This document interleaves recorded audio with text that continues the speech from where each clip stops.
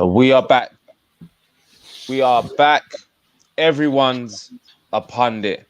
Episode 77. We are back, people. The Premier League is back and Views TV official is back. Semps is back. Patrick's back. And we got some great guests with us to kick off the show for the first game, first weekend of the season. Dash, please introduce yourself, please. Yo. First and foremost, welcome back to everybody. Glad to be back. Premier League is back. Football is back. It's your boy Dashiki Dash, host of A Dash of Sports. You can catch me on there. Pleasure to be here. Wicked. And repping the blue side of Manchester. He's still smiling. I don't know what he's smiling for. We're going to find out, though, people. Introduce yourself, please, Dabs. You know what? First and foremostly, before I introduce myself, I just want to say, rest in peace, Rhino, my brother. Passed away today, but rest in peace. Yeah. Sorry to hear about that. Getting out there. Condolences, bro. I didn't know either. Yeah, I didn't know that. Sorry. But the reason I'm smiling is because we're still the champions, and I've come on because I've given Patrick so much abuse. Even though maybe my mind isn't in the right place today, I have to come on because I can't not come on when City have caught an L. I have to come on and take it. We appreciate that. I appreciate it. Yeah, and where you can find me at Never Fail. That's all you need to know. But make sure you like and subscribe to Views, everyone, now. Yeah, no, Daps, you're a real one. And obviously, sometimes it's bigger than football. And obviously, we joke, we banter, we're all good friends. But sometimes when things like this happen, we need to take the time out to obviously show our love and respect. 100. And, we're here for you. So, yeah, appreciate you being here, especially during these dark times. So, yeah, well done, bro. Appreciate it. As what Pat said, enough respect, Daps. I'll hit you up on the privates and we chat a little more about this. But big up yourself, brother. Always here for you, as he said. But Patrick, come on, we need an introduction as well. G? What is happening, peoples? I'm back. We're back.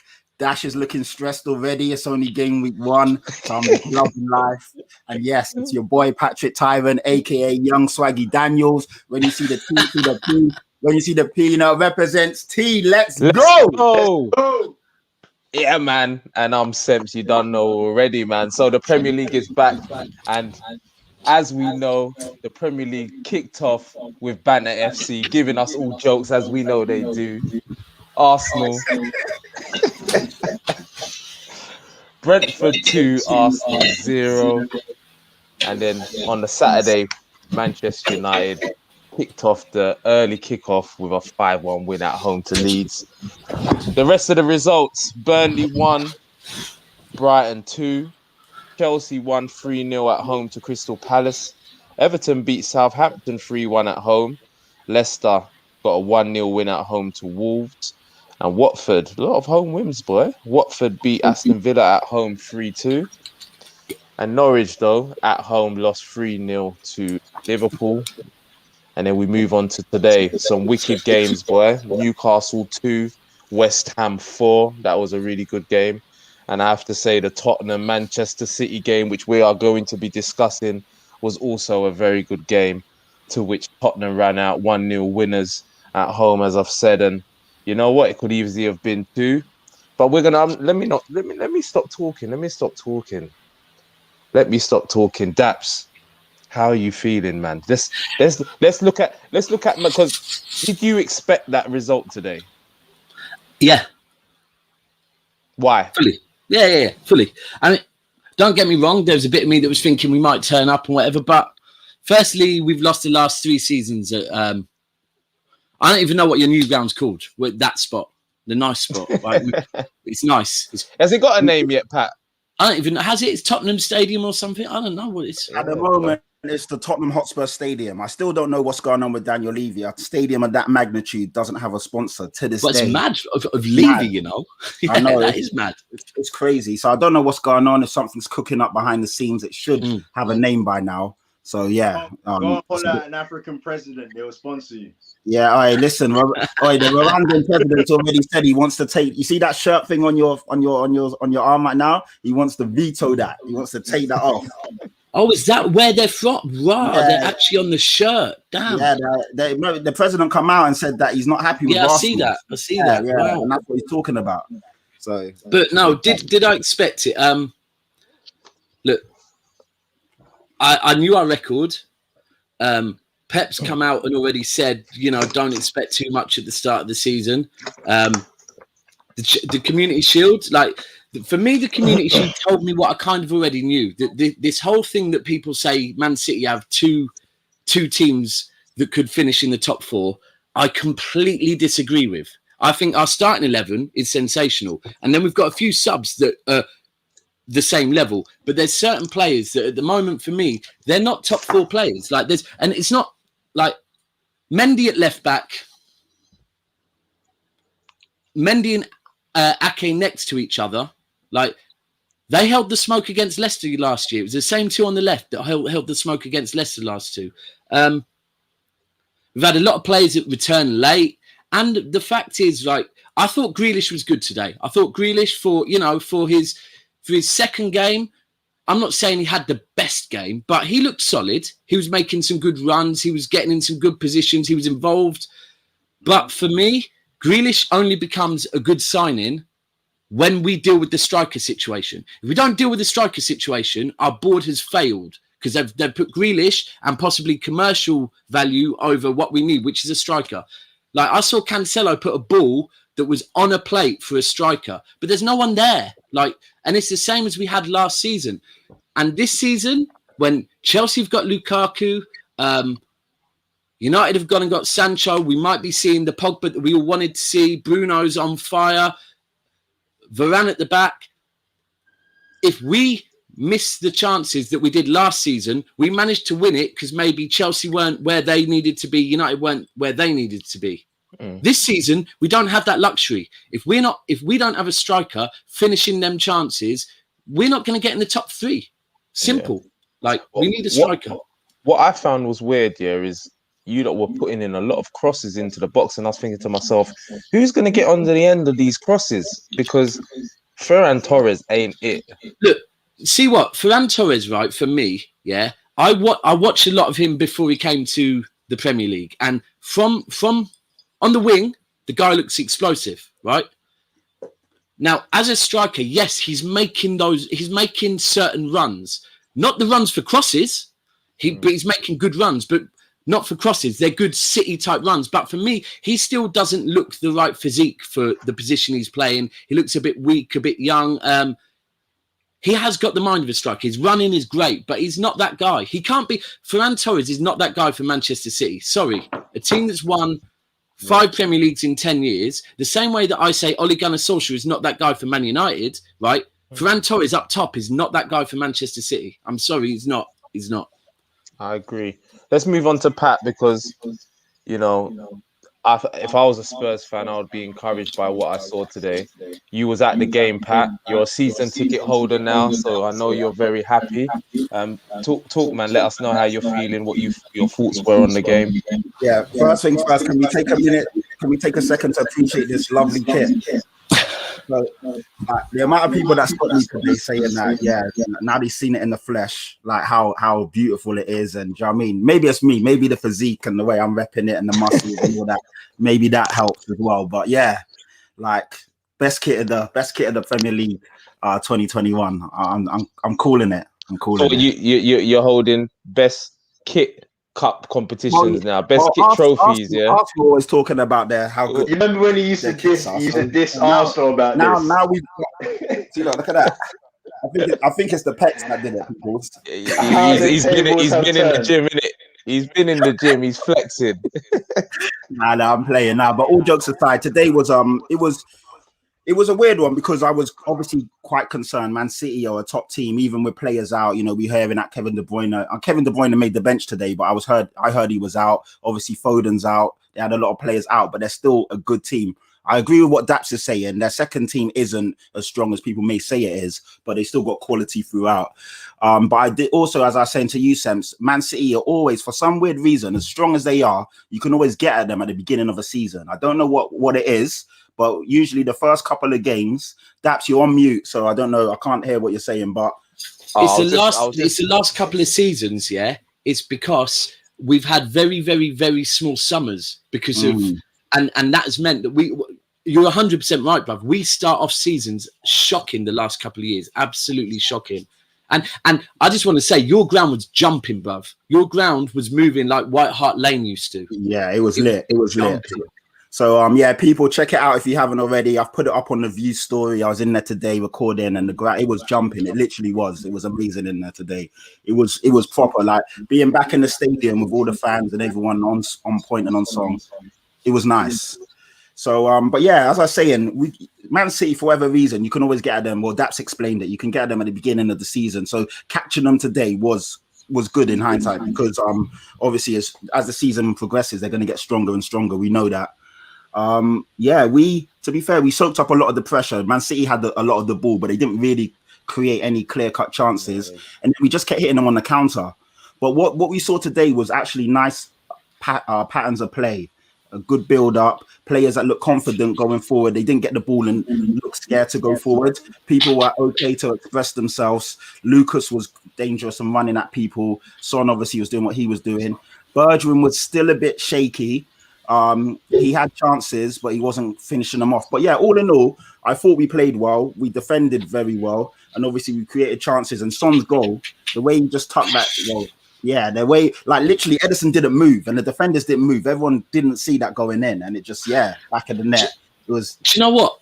For me, what I saw when he picked up that ball, right? At one point, I thought he should have passed it, right? But then I thought, no. Do you know what this looks like? This looks like a player that. And this might be what Son does this season. And you might see Kane go because of this, right? He looked like a player. He's like, no, cool. I'm the number one man now. So I'm going to do, like, we've had a few chances. I'm going to take this myself, and I'm going to put that in the bottom corner. Like, he looked like he was a man possessed. Like, no one's getting this ball. I'm shooting. Son, you can see that. We've seen Son do this, like, time and time again, to be honest. And he's that type of player that he does. Sometimes people think he's too greedy. You know, he does like the limelight, but you know, I think one thing with Son, is his quality on the ball, man. He's 2 feet, so he can go either side. You see the way he steps over it, shifts it with his left foot, then shoots with his left foot. There's not many players that would actually do that. You know what I mean? Sometimes players who are predominantly right-footed may shoot with their left foot if the ball's that side, but to step over, shift it with your left and then shoot. You know, for the ballers in the side, they will understand what I'm saying. That's not a normal thing unless you're gifted like that. So big up Son and big up Spurs, man. Big up Spurs. Dash, you're over there on mute. Obviously, you ain't got nothing to really speak about happening at the moment. But we're going to get into that in a minute. But what did you think of the game today, Dash? What did you think of the game today? For me, I wasn't surprised by this performance from Spurs, and I think it's something that we saw from Spurs earlier on last season. So it's good to start off the season with a win, beating the champions and that. But we ultimately saw this type of football from the Spurs, maybe even better last season. So I wasn't surprised in terms of the result. As you've alluded to, in terms of the record that Spurs has against City at home at the Spurs ground, it's quite formidable. So it's just obviously to see the next games that come along. But look, there's no better way to start the season by beating the champs, isn't it? Yeah, man. I thought it was a good game of football. I like the way the ref was just allowing things to flow. I think that's what you know. I know. I didn't think it was a good ref. It was good, man. It was good. Obviously, for neutrals, maybe it was for supporting fans.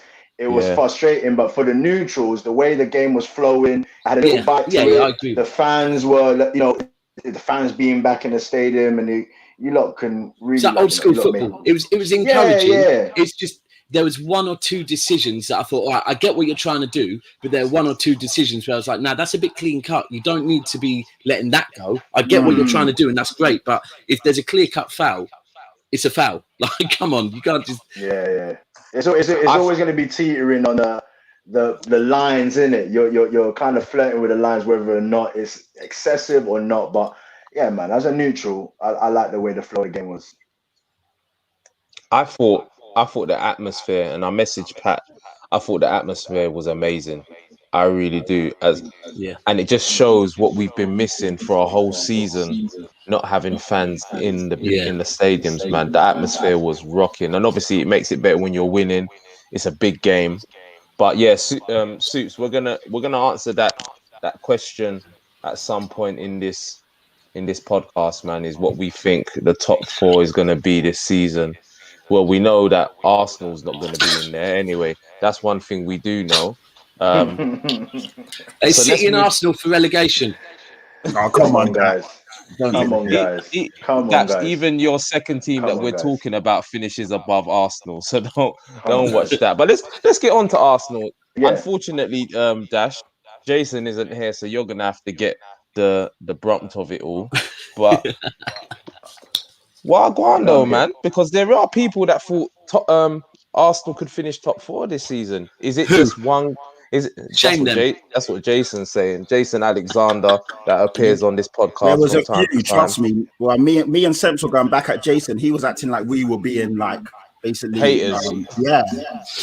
Look, And let's put it this way. The ambition is always to go for top four, isn't it? That's what we want as a club. That's where we as a fan base want to be at. We're never gonna shy away from talking up the top four. Um, poor start, poor start. Playing a promoted side that's coming up, they were completely up for it. In terms of that, how you were just talking about the atmosphere with Spurs and stuff like that, Brentford were well up for it.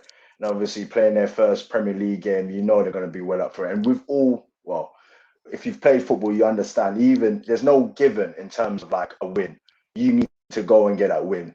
And Brentford wanted it, and Arsenal didn't. And that is obviously the worrying factor. Just like where is the desire that's needed to obviously if you are trying to push up the table and trying to get forget even Champions League, let alone that trying to get into Europe, back into Europe effectively, because a club like Arsenal does need to be in Europe. Um, for me, at the beginning of the season, my expectation wasn't so much Champions League. My expectation is just how we've declined is the way we're gonna, go back up steadily. It's not a case where we're just gonna shoot back up, but it's just frustrating to see like the players not giving it their all against a team that's coming up, man. You need to match that passion. You need to match that effectively that desire to win games and stuff like that. So yeah, frustrating, but there's 37 games left of the season, guys. So just take time, slow down. We've seen all of this before, the likes of Spurs, they were top of the league at one time and they thought they were going to win it and they didn't win it. So it just shows you there are many points to be had during the season and we just got to see what happens. But you say that, and to be fair, you're well within your right to say it's one game. But honestly, where do you see Arsenal going this season? Do you know what? Looking at the team, the squad, Mm, the manager. Sense. Where do you, You already know my frustration when it comes to the way the club is run. I'm sure at some point you're gonna ask me about Arteta and all of that kind of stuff. not today, not Uh, today. no, We don't need to no, worry about that today. just in general, you can't shy away from that. My thing is ultimately is the running of the club, because you if you don't prepare yourself, you're gonna fail in it. That's what I was saying. So we once again have gone into the season off the back of two eighth position finish, and we're yet again without a second goalkeeper. We've not established our right back. We've not done the midfield. We've not done the striker, and then we're all trying to cram it into the last 2 weeks of the season. So effectively going into the season, it's the hierarchy. It's the Edus, it's the Vinais, it's the Cronkies that are not. There's no vision for like, all right, this is the team we want to build. Even if you just, for me personally, if they just spent like one season and be like, blam, this is what we're gonna sort out. This is what you have to use throughout maybe even the next couple season. Do it. But this just buying one player here and there, it's just not gonna cut it. And ultimately, you don't even need to go and get every player 60 million, 70 million. Like, where is the scouting team that are getting these players? Like, because you like say your Leicesters, your Villas, and these teams, they're getting players. You know what I mean? They're making it do. They're not spending out like crazy money. And if we're going on this self-sustaining business, bring in the guys that know their job and trying to find these players. You know what I mean? That can graft, that can really put in a shift. This is the type of players we want, not players obviously just coming for a paycheck. Because ultimately, what's happening now, we're signing these players, giving them these massive wages, and then we can't even you can't get rid of them. You know, that Willian signing was ridiculous. Everybody could see that that was a wrong signing. You know what I mean? Even getting the likes of David Luiz, yeah, he came in, you know, was meant to be the guy to kind of give the experience, but these guys are over the hill already. Like, let's not kid ourselves with that. So our recruitment is what is really costing. Me alluding to the Arteta business is because Arteta goes now. Yes, we might get we'll get a much experienced manager who could be capable of doing something with the current squad that we got. But ultimately, if he's there for a year, 2 years, he's going to want his own squad as well. And then what is this board going to do? Not going to back him, as they didn't back Arteta. They didn't back Unai Emery, and effectively to the latter stages of Wenger's tenure at Arsenal, he never got backed either. So it's rotten from the top, man, and the roof is leaking, and it's leaving a damp puddle on the floor for Arsenal, and it's just ridiculous at the moment. Fair enough. And you know what? I can't argue with anything you said there. It's always going to come back to recruitment at the end of the day, and it's recruitment of players, it's recruitment of managers. It's about having a plan going forward, and Arsenal No plan. definitely don't seem to have that at the moment. Pat, is there anything you wanna add in, my bro? I fear for Arsenal this season. Like when you look at the squad and they're celebrating signings like Lukonga, and then you've got people Hold like on, hold on. no. Let me finish. No, Let me we, finish. we, Let me hold on. finish. We Let didn't him land. Let him celebrate. land. Yeah, Let him We land. Let didn't him celebrate. land. No, no, Let no, him no, land. no, Let no, him no. land. Let me land. No, no, no. We didn't. Like, We did not. We didn't. We didn't celebrate the signings of like, Lokonga. Yeah, we let me didn't land. celebrate. Let me land. Go ahead. Go ahead. You had the floor. You had Go the ahead. mic. Go ahead. Go ahead. And then you've got Aubameyang and Lacazette, who all of a sudden now have a mystery illness. They literally got dropped for the Brentford game, and allegedly there's talks and murmurs behind the scenes at out of the next game as well. And it's not because of an illness; it's because of an attitude problem, and they've clashed with Arteta. You lot are in big trouble, man. All right. So you're the guy that you love to say you don't linger in the speculations and rumors. You don't know none of that. You're not you're not in the boardrooms. You don't know nothing. So where have you got your source about this that they've been shunned from the squad? Where's What your do you think source? then, Dash? What do you think? What do you think's happened with Laka and Aubameyang? Be honest. I don't know. I don't know. It just coincides with just how things have been going from the beginning of the summer. Whether or not Lacazette's got 1 year left of his contract, so I think it's a situation where they've been obviously trying to sell him on. It hasn't worked. No one's willing to buy. So it could be a situation where we're trying to sell him off, and he's trying to buy his time. With Aubameyang, now we're hearing the rumors that we're willing to sell Aubameyang. I always said not to give him that extension of the contract, just based on the age, just based on the price, the wages that he was going to get. It was that we already suffered that with Ozil, but once again, with the hierarchy, they've gone and made another, like it's the same mistakes, but they're still within a job. So this is the frustrating thing. And just to touch back on Pack, I don't want to ramble on. We did not celebrate the Lokongas or the Tavej and them signings. Those are young bucks that come in initially, as we were told, to be the backups. But once again, when you don't get the main, you're meant to ship out a Shaka, then you keep him, and then you get the Partey. I don't know what kind of Ghanaian food that guy's eating, but I'm questioning whether he's really Ghanaian, because I've never seen a weaker African man than Partey. Maybe Bailly is another guy that we can put in that mix of Man United. But look, man, all jokes aside, it's just down to the recruitment, from players to the management to the coaching staff. and I've said this time and time again, it's like even if Arteta was still trying to do his thing, get yourself an experienced coach beside you. You know what I mean? So Alex Ferguson was a prime example. As experienced as he was, if he felt to himself that he needed to change something up or he needed the added experience of tactics or whatever, he goes and gets that coach that's needed. You know, Actually, he had can the I likes can of I can he I had the likes of Walter say Smith something? and go on. You know, as we've got a real Man City fan here in Daps, when you guys lost Arteta, was you worried that basically losing Arteta, because Arteta was sold as the brains of Pep and basically the guy that was behind the scenes, you know, giving Pep all the ideas? And how did you feel about it from your side of things, being a Man City fan and knowing Arteta before he left? He's on mute, I think. He's on mute. You have to unmute yourself. Oh, sorry. I can do that for you. You're ready. You're there. You're there. So I was worried because he had a role at Manchester City. The role wasn't what you just said. The role at Manchester City was he was the person that was very close with a lot of the players. So, like, Pep likes to keep a bit of distance between him and the players so that he can be that, you know, he can walk in the dressing room and have that authority. You saw it on the documentary. Arteta was the one that was around the players all the time, knew them inside and out. If someone was down, Arteta would know about it. Like, he'd come to Pep and say, Sterling's kicking himself about that miss. He's not telling Pep tactically how to play ever. Never, ever, ever. Sorry, let's be very clear. Now, when he went to Arsenal, I think that was the season we lost the title to Liverpool. And I think it had a big impact on us because we didn't get a replacement. And I think we missed it. And then he went into Arsenal, and I personally felt he was taking it too early.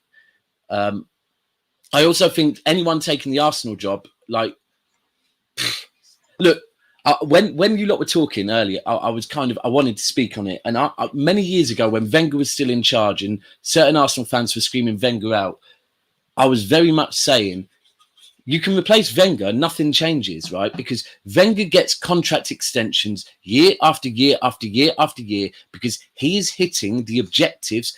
Let's move away from football, go to a business world. If you hit your objectives, yeah, your contracts get extended. If you don't hit your objectives, you don't get your bonuses or you get made redundant or whatever, right? From Wenger kept getting contract extensions, that's because he was achieving what Arsenal's board wanted him to achieve. So you can replace him with anyone. And then when I'd hear Arsenal talking about managers they want, I thought, why would they go to you? Because when they go to the interview and the person interviewing says, now, have you got any questions for me? And let's say, for example, the Atletico Madrid manager used to get mentioned with Arsenal. And he says, right, where do you want me to finish? And the board turn around and go, top 4, top 6. Do you think that type of manager is going to want to join your club? Like an elite manager? They're not, because Arsenal's board's objectives are so meaty, right, that they're not going to get some bad boy experienced manager. That's why they got Arteta. They got what their board want. Because, I feel for Arsenal now. It used to be, I used to like bantering them. It's got to a point now where I just feel for them a bit because I don't know where they're going. They're on the way down.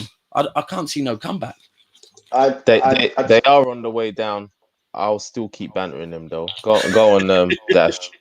Now, just quickly to touch on, I agree with Daps, and you know, me, I've always said that in regards to the board and whoever's in charge up there, man. Whether you want to label it the Cronkies or whoever it is, we as a club have that remit of finishing top 4.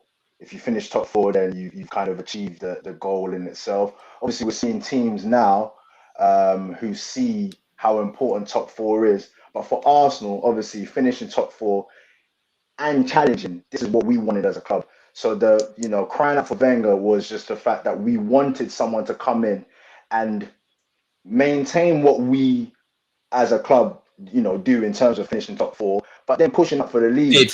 Our base, our base was that. But yeah, you're 100% right. I could not disagree with what you're saying because as a rival fan or not, you're seeing it from the outside. Just to quickly touch on my last point on Arteta. Once again, you are right on that. The period of time, obviously, having Unai Emery and that disconnect with managers and players, that was one of the strong points that they put to us fans that Arteta will be able to come and he's a great manager, and he'll be able to talk to the players and be able to. Well, it worked during the manager bounce, but yeah, he's just, it's tough for him right now. And this is going to be the season basically with fans back in the stadium. He's not going to be afforded that time to. No. Yeah, he's not going to be afforded. That's what I was going to ask you, Dash. What? In terms of Arteta, if he doesn't finish in the top 6 this season, is that it for you as a fan? Because you've been loyal, you've been ride or die to Arteta. You've been loyal to the cause. I've been loyal to the cause like any manager that will come. And we've had this discussion myself and yourself in regards to managers. You're choosing to support Nuno. You want to support your manager. I want Arteta to do well as a manager, as any manager that comes in. I want them to do well, but it's a results business. I can't save Arteta with my positivity and all that stuff if we're not getting results.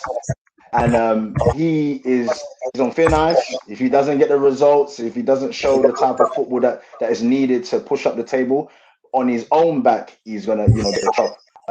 Pause and that. What I mean, he'll get done. So there's only so much we can do, man. As fans, we're here to support. We want the team to do well, but ultimately, if the players, if the manager and managerial staff is not doing the business, they're gonna have to go. So just before we move on, Dash, Yeah. 2 questions for you. Where do you realistically think Arsenal are going to finish? And you know what? I do think that my man Jason is a bit like Ty from Arsenal Fan TV. He's very much blinded by the Arsenal badge. But for yourself, what do you think? Where do you think Arsenal can realistically finish? Obviously, there's still a long way to go. Still a long way. So in the midst of all of the gloom, the doom and gloom that we've just been talking about now, we're playing once a week. We're not in Europe. If Arteta or whatever management comes, if they come after him, whoever can maintain a solid 11. Dash. Where do you think you're gonna finish, bruv? We don't need the history lesson. Where do you think you're gonna finish? I'm breaking it down for you. I personally believe we'll be back in Europa spot. We'll be back in Europa spot. So the top 7. Yeah, we'll be back in Europa spot. So 7th. 7th or 6th. Yes. Which one? Stop sitting on the fence, Mr. I sit on the fence, Dash. Where are you going to finish? That's conference, isn't it? Europa 7. Now, full Europa, man. 6th. I'll go with 6th. 6th, yeah. 6th this season. It's brave, boy. I don't see that, but boy, it's your prediction. We'll see what happens at the end of the season. So quickly, just to touch on that, because you're saying you don't see that. Why don't you see that? Because you finished 8th for the last 2 seasons, and I don't see you looking any better, or you haven't improved. So okay, I don't see anything. What was the points gap between 8th and 6th? You tell me. I don't know. It wasn't much. So you don't know then. No, I'm telling you, it wasn't much. It wasn't much. It doesn't matter. But the thing is, it doesn't matter what the points gap is. It matters the fact that you finished 8th for the last 2 seasons, irrespective of points gap. No. So then the way you look at it then is saying, have Arsenal improved? You've already said that the recruitment is poor. You're not moving in the right direction. So I don't see there why you would jump up 2 spaces. What other teams around you have all tried to improve? Other teams around us now have the European and other obligations. And when I was trying to break it down, you obviously cut me off. And what I was saying is just like, if we can get the steady 11 that we need for the season, I believe that in itself would be an advantageous position to be in, just based off that. But ultimately, we have to put in the work in it. So as optimistic as I am being, I believe it's possible. I believe it's possible. I believe that 6 is possible, but we have to, we've got 2 weeks left, so we have to really put in the work. And if we don't get the players that we need, then it's for the manager, Arteta, to really pull his socks up and work with this current squad. Because I don't think the But current squad is bad, but I just don't feel like at the moment, we're getting the best out of it. So hold on. So is it 6 as it stands, or 6 if you get players in? Let's be clear. I believe 6 as it stands. Okay, Yeah, I'm going fair with 6 enough. as it stands. Fair enough. At least, you put yourself out there. Cool. Samps, make a note in the journal, please. Yeah. In the views journal, it's in there. Yeah, Says it's in there, man. Dap says You know me 6. though. I don't Jason hide. said 4th. We'll make a note Please, in the please. journal. Oh man, we'll move on now to the team that's top of the league. 21. 21 in 22 is coming. No, I'm joking. But what I would say is when I hear you lot talking, I see so many similarities with how United fans have felt in terms of objectives being top 4 and our board and everything like that. But as a United fan now, still that echo. Is anybody in the comments? Let me know if you can hear the echo, please. I'm gonna have to mute some people. Let's see. Yeah, echo's gone now. All right. So as a United fan, what I will say is I'm not saying that we're going to win the league. So I do not believe that we'll win the league this season, but I do believe that we're moving in the right direction, and I'm really, really excited, man. You're seeing players like Varane coming in, players like Sancho coming in. I still believe that we didn't address or haven't addressed the DM situation. But what are you yawning for? Hey, Daps? What you want to say? What you want to say? I agreed with how you should be excited. I just don't want to hear that DM bollocks. Why not? Why? Like, McFred is a serious problem. So's Mendy at left back. So's Jesus up top. But we win leagues with it. It is what it is. You want to address those ones though? You've already said it, no? I do. But we still won the league with it. It's cool. Did Mendy play left back all season? No, we played a central midfielder at left back. Who played left back for you last Zinchenko. Or we played a right back in Cancelo. Is Zinchenko a central midfielder, yeah? A central midfielder for Ukraine. No, he played on the left, didn't he? No, played at left back. Yeah. Zinchenko by trade is a central midfielder. Daps is right.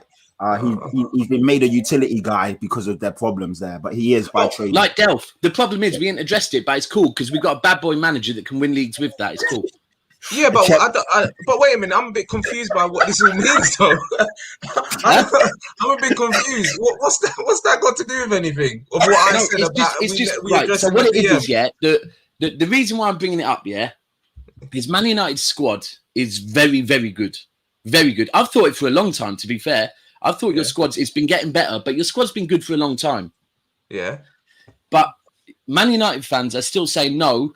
They shouldn't be put in the title race because they haven't addressed the DM situation yet. That's not actually what I said. That's not what I said. Okay, so that's cool on you. But a lot of other Man United fans are saying until we address the DM thing, we're not ready to challenge, right? But that's not actually what Man United fans say. What Manchester United fans say, the majority of what Manchester United fans say is that we are not where we need to be. And for me, we haven't got the manager that is going to take us to that next level. And everyone knows that's my stance on it. But we are moving in the right direction. Ollie's at the wheel, as Dash loves to say. I don't think Ollie is good enough to take us to the next level. I've been. We're in agreement then, but not everyone is. There's some that are screaming. But most United fans will say that. Most United fans will say that. But the reality of the situation is. And I said it in my tweet the other day when someone said, I thought we will finish 4th. And someone was like, what? I thought you'd say higher than that. And I said, City have Pep and a serious squad. Liverpool have Klopp, and Liverpool blitzed the league not too long ago, Europe, everything. So you would expect them to bounce back this season after what happened to them last season. Chelsea are Champions League winners. Chelsea have got a serious manager and they've got a serious squad. So I look at us and I'm saying, we're building on this squad, but we haven't yet got a manager that has shown that he can really get us to where we need to get to. But as a United fan, I'm still excited because we are improving year on year. We are getting better. we're getting a little bit more serious. We are still able to attract your Varans and bring in your Sanchos, and those players can only improve. And I always say that we need to keep our best players if we are going to challenge for the title. So we can't be losing players like Paul Pogba.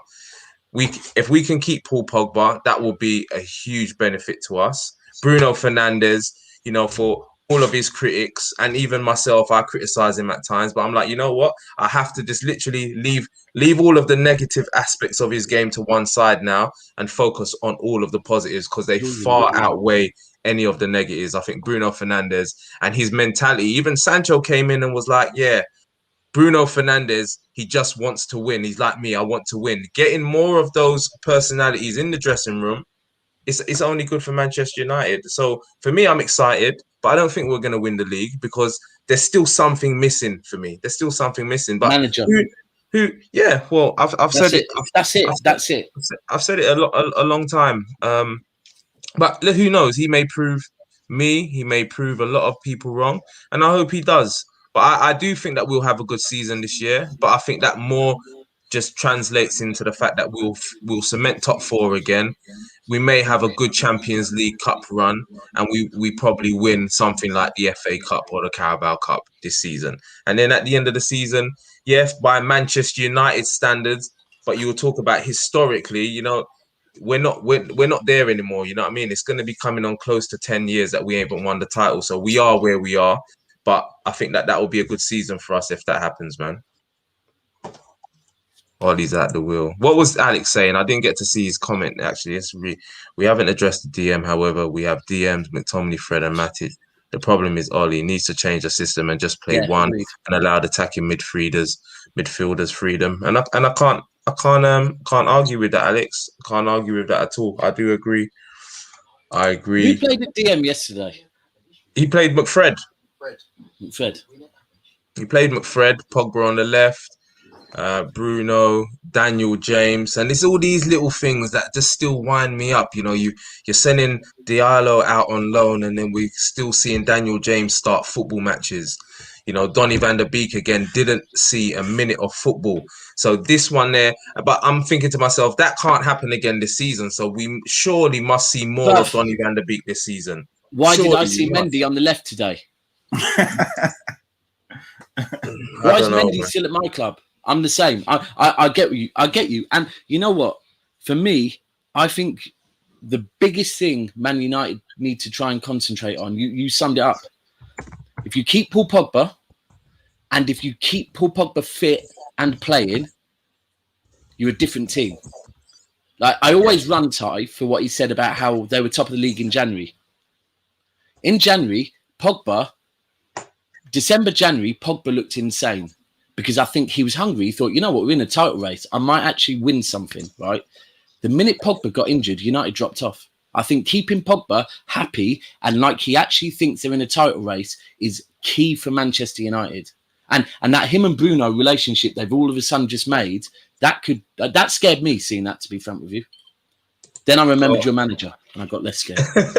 Go on, Dash. You wanted to say something? Yeah, I'm a big Pogba fan, so it's one of them ones where it's so intriguing as a neutral fan. What is the issue though? What is the issue in regards to like Pogba's contract situation and like the fact that he ain't signing yet? There's rumors about him going. You know what? I just think with Pogba, I'm gonna have to mute you again so I can cut off the echo. But I think with Pogba he loves Manchester United. So forget what a lot of those hater fans say. Pogba loves Manchester United. He's come back to the club. He's been probably sold, not even probably, he's sold a project that hasn't worked, hasn't happened. But I think that he's actually encouraged by what he's seen with Ollie since he's been here. Do you know what I mean? He's seen the progression. And I just literally think he's a little bit torn in terms of should I stick or should I twist sort of thing? Should I go or should I stay? I've not got many more years left at the top of my game. I can't retire as, in his eyes, he must see himself as being one of the best players in the world. I see him as that.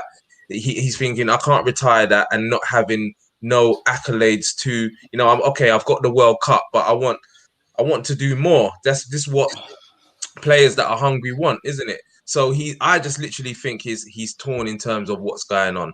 I don't know what's happening with regards to the contract. I don't know what contract we've offered him or why he's not signing it. But I think if we can have a good season this year, I think he stays. I think he definitely stays for one more year now, and then we lose him on a free next year, or he then signs extends a contract at some point if we're having a good season. If he can now, I think seeing players like Sancho come in, seeing players like Bruno come in last season, seeing players like Varane coming in now, who I'm guessing just simple logic, really, I'm sure he must have spoken to Varane and maybe help that move happen. Do you know what I mean? Like him saying Varane, no, don't come here. This is the Varane wouldn't come. So he must. I still think he's encouraged by what he's seeing, and it very much depends on the season that we have now. So we've got this question here: Sem, should Ollie go if no silverware this season, but finishes strong in the league again? He needs to go because strong in the league again is only going to be good so far. We need to see a real progression. Now, we've seen that with 2 back-to-back finishes, but we need to start adding silverware, and we need to basically start challenging for the title. It can't just be every season we're finishing top 4 and that's good. We're finishing top 4 and that's good. We're building on the squad, that's good. We need to start challenging for the title. So yeah, I do think if Ollie doesn't get no silverware this season, he should go. And then if I'm honest, I think that unless we win the league anyway, he should go, because I think that Ollie's taken us, in my humble opinion, as far as he can. I think he's steadied the ship amazingly. I even think not his treatment, but the way he's actually dealt with the whole Pogba situation, I think Ollie has done tremendously well. The way that players like Luke Shaw has come on now, I think that's testament to Ollie. But I think that he's taken us as far as he can take us, and to get us to where City were last season, to where Liverpool were the season before, even Chelsea under Conte. I think to get us to that level where Tuchel got them towards the end of last season, winning the Champions League, I think that we need an elite manager, man. But I am encouraged by what I'm seeing. I am encouraged. Pat, you want to say anything? Yeah, I mean, in terms of United, yeah, they're strong. I think for me, the top 4 is set already. I see Man City, Liverpool, Man United, and obviously Chelsea finishing in the top 4. Then you've got Leicester, who was definitely the 5th best team in my opinion. They finished 5th 2 years in a row and have also won silverware. And then I think from 6 onwards is up for grabs. So when I see Arsenal fans saying they're going to finish 4th, I'm just like, by what logic? There's already 5 teams better than you, and Tottenham have been better than Arsenal. As bad as Tottenham have been, we've always been better than Arsenal. So how does Arsenal finish above all these teams? It doesn't make sense to me. So I think top 5 is set. Yeah, go on, Daps. Did you just say I agree with you over the last, say, 4 years, but you just said we've always been better than Arsenal. I'm talking recently. Of course, obviously not in, but I'm talking in recent times. I'm talking about, if you're talking about where teams are going to finish now, yeah, we've been better than Arsenal for a minute now. Come on, let's be real. No, I agree with you. I just had to pull you up on that. Yeah, I'm talking obviously in the last 3, 4, 5 years. It is what it is. Dash, you're on mute. You're on mute, Dash. Go on. You finished 7th. Just a point above. But we're still better than you. It doesn't matter. If we've been 13 and you finish 14, we are still better. I don't get it. Arsenal fans saying we're going to finish 4th. And how? I just don't understand the logic. Even me as a Tottenham fan, as much as I want our team to finish 1st, 2nd, 3rd, 4th, you got to be realistic. For me, I'm saying the best we can finish this year is 6th. Obviously, realistically, I see Tottenham finishing 6th to 8th. That's me being honest, as an honest fan, looking at what football is, what's going on, the teams around me. Arsenal aren't in the conversation. When I look at the teams around me, I don't worry about Arsenal. That's just my honest opinion.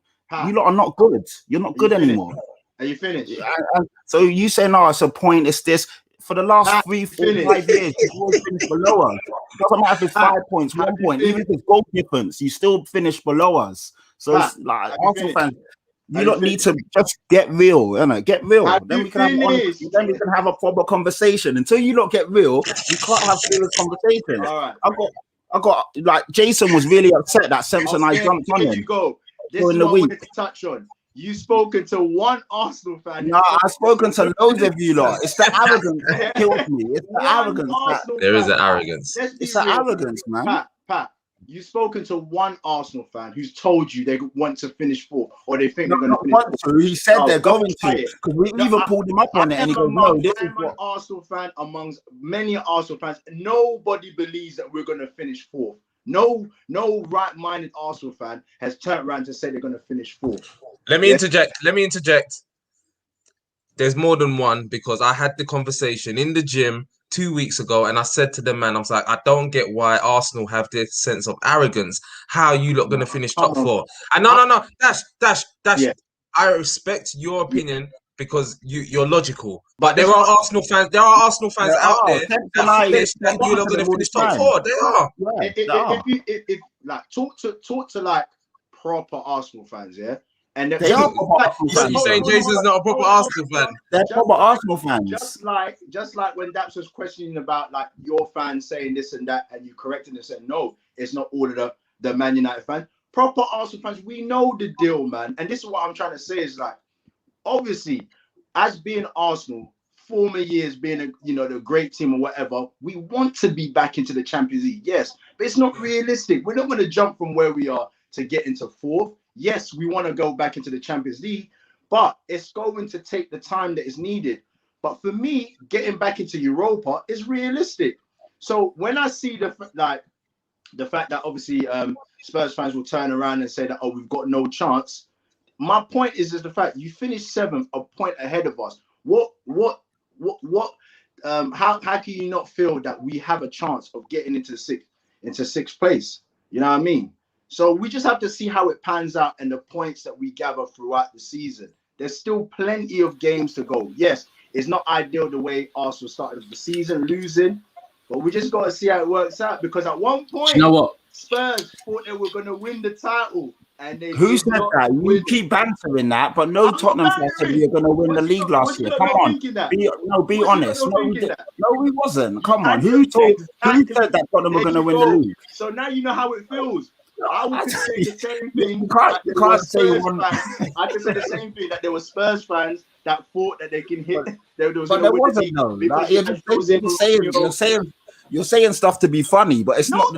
Pat, was you not the one that was encouraged by the fact that you had Jose Mourinho, that you was going to win trophies? And yeah, of course. Spurs fans, Patrick's very positive. I never said he was going to win the league, though. But I did think Jose. I did think Jose would win as a trophy. I can't lie to you. I did.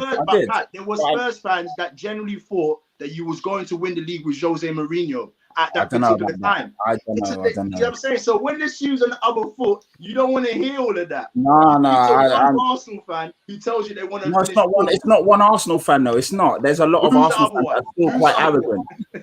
There's loads. I can name loads. If you just check my tweets, you'll see me talking. At this point, you're bantering, because in no right-minded Arsenal fans, and I'm an Arsenal fan among other Arsenal fans, and no one's thinking like that. No one's thinking to finish fourth. So I don't know where you lot are getting this from. Look, on a real, we'll move on. But on a real, I get the point that you're saying is that we can't speaking to one or two doesn't speak for the whole fan base. So the majority probably have the sensible mindset that you have. But there are some others, because I was speaking to man in the gym, as I said, and I was saying that I don't get where the arrogance comes from, because they were saying, and Jason don't go to my gym, so it wasn't just him. But yes, maybe the majority do think logically. But just to touch on the whole points thing, I don't think that's a measuring stick personally, like the points. Because you keep harping on about the points. We only finished a point above you there. We only finished a point. Because the reality is that, the points, it can give a bit of a false narrative. You have to just go by the league position. You know what? Go on. You know why the reason I'm saying that? I'm saying it in the sense of I'm just logically in terms of when you're going throughout a Premier League season. Because my whole thing is we are already being discounted at the game one. And what I'm trying to say is if you see the way you amass points and how close things can be, for us to get into Europa, it's possible this season. I truly believe that. But We just got to get a solid team out week in, week out to be able to do this. Yeah, but I think you're saying that you was discounted from week one. In all honesty, in my opinion, you're discounted before the season even started because That's if you say top four. Yeah, but even look, you just look at, because I think what has gassed certain Arsenal fans is because you finished the second half of the season well, and then saying if you finish the second half of the season well, so if you don't have a bad start, then that will be good. But I'm saying football is a whole season, yeah. So you could start well and have a good first half of the season, and then tail off in the second half of the season. You know what I'm saying? So we just can only look at the season as a whole. And as the season as a whole, Arsenal have finished 8th for the last 2 seasons. Now, for me to then say, okay, Arsenal are now going to move up into the European spaces or even top 4, as 1 or 2 Arsenal fans have said, then you look to say, okay, where's the signings? Where's the improvements being made? Have you now got a new manager or a better manager, or what can this manager do? And I don't see anything. A Ben White signing for me doesn't now assure you doing that. And then on top of that, the teams around you have all done a little bit more than you, if that makes sense. Do you know what I'm saying? In terms of strengthening and getting better. So that's where I'm like, okay, so how do we then say Arsenal move from 8th to 7th to 6th to 5th to 4th? Do you get what I mean? I still feel that you're probably more or less staying in the same position because you haven't really done enough. When you get rival fans who feel like it's far-fetched, that's all I'm just saying in terms of that. But I agree with what you're saying. If we definitely don't improve in the personnel, then it's going to be very difficult. It will be very difficult. But we just have to see how these next 2 weeks pans out for us. All right, let's move on to a couple of the other big hitters. Sorry, before you move on real quick, because do you know what we did there? We kind of skipped over talking. Firstly, Semps, your settings look sensational, by the way. Oh, it's my bedroom. It's my bedroom. Well, you've got a big luxurious bedroom then. So hold tight, right? It's all right. It's all right. but we kind of skated over actually talking about Man United's performance. I don't think we should do that. I don't always just like to tweet our own horn and all of that, But look, the performance was good. Pogba 4 assists was big. Bruno hat-trick. Was it 4? 4 assists. Yeah, 4 assists. Sorry, I thought it's 3. But Souness said he expected 4. So no. He got 4, but Souness is just a idiot anyway. Just needs a slap around the head. Yeah. It's definitely 4 because I even put it was 4. It was 4. I believe that. It's the first Manchester United player in history to get 4 assists in one game. Do you know what I mean? There's other players to have done it in the Premier League though. Yeah, a couple Arsenal and Spurs, man. I think Cesc Fabregas. Harry Kane, I think, has done it for Spurs. No. It's Fabregas, Adebayor, Son. Adebayor with assists. What the hell? Yeah, Adebayor's got 4 because I put the post up on views yesterday. So. Oh, you did, yeah. Okay, wicked. But yeah, Pogba was oozing, and you know what, Daps? You made a great point earlier that people forget this. Pogba got injured last season in January, and after that is actually where we did actually start to struggle. Yeah, you did. And then you get a lot of people, and this is where I even said today, the narrative with Pogba will never change, unfortunately, because he does something good, and then somebody says, but we want to see this consistently. Even the commentator says, yeah, United fans will say they just want to see this more often. And I'm like, but Pogba was doing that last season consistently. He was performing and he was putting out performances. He got injured. And then he gets injured. So like, you can't just skip over the fact that he gets injured and then that's why you don't see X, Y, and Z. It's also like the season before when we finished top 4, when we got our race when we just about scraped it on the last day. Pogba was injured for basically half the season, if not more. People don't remember that. He got injured after, I think it was the 3rd game or the 2nd game, and he was injured all the way up until after we got Bruno Fernandes. And then he came in and then he got to play. Do you know what I'm saying? You keep Pogba thinking he's going to win something and fit, yeah? Different Man United. Yeah. And I think it's not even... as I said earlier, he wants to be at a place that is going to be challenging. So if he feels that this United crop can do it, and if he has the belief from Ollie, and we're also going to keep building, do you know what I mean? Then he will stay and he will perform. And if he's fit, he will perform. And that's what actually my friend said this. And I will make a point. There's last season when we started the season, we were unfit and we got battered 6-1 by Spurs and we looked all over the place. Yesterday, we actually looked fit. Yeah, We actually looked fit. And that was something I thought Spurs as well, I didn't get to touch on. I Yeah, thought Spurs looked really fit today as and well. up fit. Yeah. And that's what you need. And there seems to be a real good feel good factor about Man United at the moment. I'll be honest, there is, and I think good signings does that, doesn't it? It lifts everybody. You get Varane coming onto the pitch and holding up the shirt. Do you know what? I feel like Oh, did that happen yesterday? Yeah. Oh, is that how they announced it? That's how they announced it. Yeah. Sick. I feel like and stuff like that. No. I think as well, that like at the moment you've got like Bruno and Pogba looked sensational yesterday. Greenwood started right. Greenwood I started. Marshall didn't start. No, he was on the bench. So I can tell you straight away, without knowing too much about the game, Marshall didn't start. Rashford didn't start. Yeah, Rashford's got. Sancho didn't start. Right. Yeah. Varane didn't start. And you're winning 5-1, right? Yeah. That I would be excited if I was you. Like if City won today without Foden, De Bruyne, maybe a striker not starting, I'd be excited as well. You should be excited. I think, like I said, I actually thought about it today and thought, you know what? This Man United team, Pogba and Bruno looking like they might be all of a sudden building some little bromance, and it's a bit like, you know what? That's a bit. But then I remember your manager.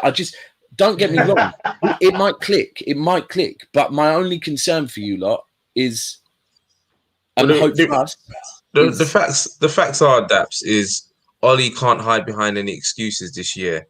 And last year, what Ollie did a lot of the times, and he done it in the Europa final as well, he don't make substitutions. Do you know what I'm saying? We're going into extra time. The other team have made bare, and we're all tired, and he ain't making substitutions. This season, you've got no excuse because exactly what you said there. We've got players like, and especially across our midfield and front line, we've got Martial, we've got Greenwood, we've got Rashford. We can't even forget the fact that we've got Cavani. Cavani didn't play either. Do you know what I'm saying? We've got Sancho now. I don't like the fact that Diallo's gone out on loan.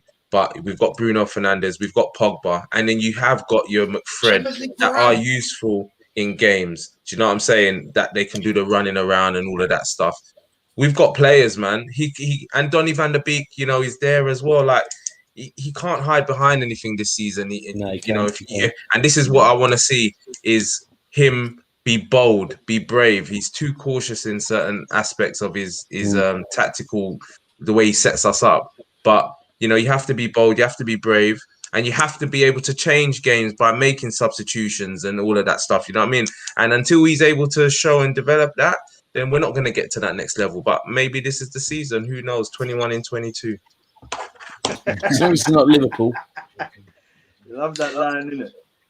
It was 21 in 21 last year. We got gassed. I got on the train for a little bit. For about 2 weeks, I jumped on the train, and then the train crashed in it, and then I had to get off, but I survived, and I'm here for 21 in 22. No, I was really impressed with how United played against Leeds. Obviously you done them over last season pretty much the same way, but you could just, as you said, like the players stepped onto that field and was just like, you know what, we're here, we're ready. And like your club right now, they're operating in the way you lot want them to operate in it. Like the way they announced the no more of these piano videos that you had with Sanchez and all of that. Just bring the man out onto the field, show the shirt. Yeah, we've got our player in it. We're ready. And that's all you can ask for, man. That's exactly what you can ask for. Get the manager the players that he can work with. And ultimately, like you said, Ollie now can't hide. You've got the players there. Now you've got to be able to use them accordingly. And you never know. This could be the season where now he's thinking, I've got the players to do the job. So now those subs could be used. Because sometimes a manager could be thinking, I don't trust the man that's coming off the bench. Yeah. You know what I'm saying? Sometimes we think to ourselves that, you know what? Why is he not bringing him on? But you're thinking, the manager's thinking, look, man, I can't put my hope in this guy because he's not really going to make an impact. The players that are out there, they're the ones that are going to do the job. So this time around, where you've got your Martials, you've got obviously Rashford to come, like you said. Their squad's so good, man. Their squad's good. Look, I feel like, we were speaking about this the other day, and I said I feel like Ollie Soups always tells me that Ollie was brought in to steady the ship, to kind of reunite all the fan base and get them back to a certain point. I feel like he did better than his actual objectives were. Yeah. So they're like, do you know what? Actually, you deserve some backing. And I feel like this season, like, is the season where they're saying, we're giving you a season, right? Yeah. Prove us that you are good enough and you've actually exceeded your objectives. If you don't, it's cool. You've got us back to where we wanted to be, that we're back challenging, right? Finishing second. And he is, joking aside to all the, he has got you better. You are finishing in better positions. Yeah. And I feel like if he doesn't do it this year with the backing, they'll say, thank you. You've done better than we expected you to do, but you've taken us to your ceiling.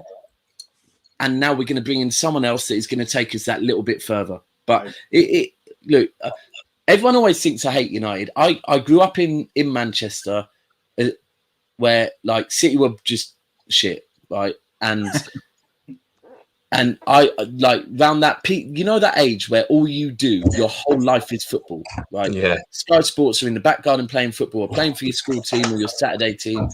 And I was in awe of Man United because Man United played sexy football. They had they just, however much as I was a City fan, I couldn't hate United's football. So my frustrations is that I actually think United are better. And when I see some of the fans sometimes trying to back certain things, I'm like, you're better than this. You are like Man United. Big Man United should not have a manager that's never won a trophy. For me, Yeah.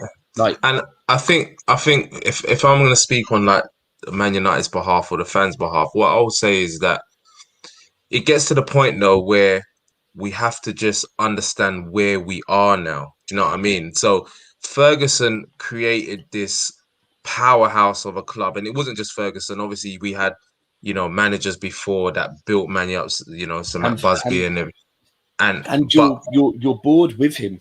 Who is the Don on the board? But we are where we are now. As I said, we are approaching 10 years that we haven't won a trophy. Do you know what I mean? We haven't been competing in the Champions League. We haven't. So we are where we are.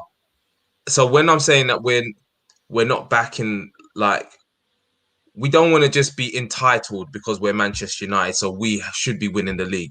Everything is a process. You have to get back to you have to earn your right to get back to that spot.